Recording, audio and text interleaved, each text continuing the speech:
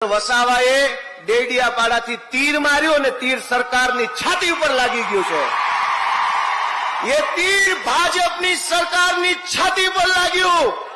આદિવાસી સમાજને જગાડવામાં આવ્યો, યુવાનોનો અવાજ બનવાનું કામ કર્યું, એટલા માટે જેલમાં પૂરે છે। પણ દોસ્તો, ભાજપના 8 પાસ। તો મિત્રો નમસ્કાર, વિડીયોને તો તમારું સ્વાગત છે। તો મિત્રો અત્યારે સૈતરભાઈ વસાવાને કેદ કરવામાં આવ્યા, તેની ઉપર ગોપાલભાઈ ઇટાલિયાએ આખી ભાજપવાળાની પોલ ખોલી નાખી છે। અત્યારે ખરેખર જે સાચી ઘટના છે મિત્રો તે વાત કરી છે ગોપાલભાઈ ઇટાલિયાએ। એકદમ નવો વિડીયો છે, કારણ કે આ વિડીયો ઉપરથી મિત્રો આપને સાચી જાણકારી જ મળી છે ગોપાલભાઈ ઇટાલિયા પાસેથી કે આ ભાજપવાળાને તીર માર્યું કે સૈતરભાઈ વસવાએ, એટલે કે આ ભાજપવાળાને આ તીર નડતું હતું।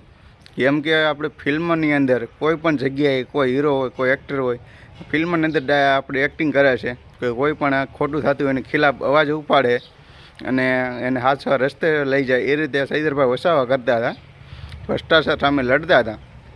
તો તેને લઈને હવે ખબર પડી ભાજપવાળાને કે આ સૈતરભાઈ વસાવા બધા સામે થાય છે અને એનો ભ્રષ્ટાચાર સામે ખિલાફ વિરોધ કરે છે।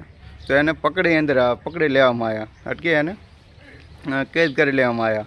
કારણ કે અત્યારે આપ સૌ કોઈ જાણો છો, ગ્લાસ ફેંકી અને મારવાથી મિત્રો આટલી મોટી સજા ન હોય। કારણ કે અત્યારે આપણે સૌ કોઈ જોવો છો કે બધી જગ્યાએ અત્યારે ખૂન પણ થઈ જાય તો જામીન પણ છૂટી જાય છે। કારણ કે અત્યારે ભાજપની આ સરકારની મલપા ગ્લાસ મારવાથી સૈતરભાઈ વસાવા છૂટતા નથી, અને આદિવાસી સમાજ બધા લોકો છે બધા એક થઈ ગયા છે અને એ પણ મેદાનમાં ઉતરી ગયા છે। અને ગોપાલભાઈ ઇટાલિયા સાથે કેજરીવાલ, ત્યારબાદ બિરસાન ગઢવિયા, ઘણા બધા અલગ અલગ કાર્યકર્તાઓ આપણે સૈતરભાઈ વસાવાના સમર્થનની અંદર અટક્યાની સુરક્ષા અને એની સાથે આવી ગયા છે।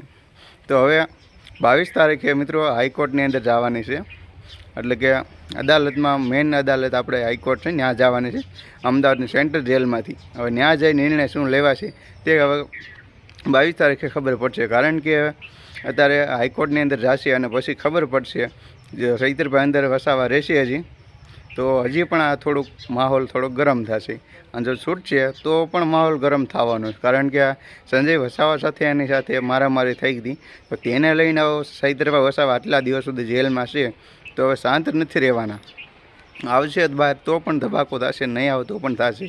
તમે મિત્રો શું કહેવા માગો છો વિડીયોની અંદર બતાવી દેજો, જેટલા પણ લોકો વિડીયો જોઈ રહ્યા છે મારો એ, અને ચેનલ પર ન હોય તો મિત્રો સબસ્ક્રાઈબ કરી દેજો, પેજ પર હોય તમે ફોલો કરવાનું ભૂલતા નહીં, અને વિડીયો લાઇક કરવાનું પણ ભૂલતા નહીં। કમેન્ટ બોક્સની અંદર બતાવજો કે તમે કોના સપોર્ટમાં છો।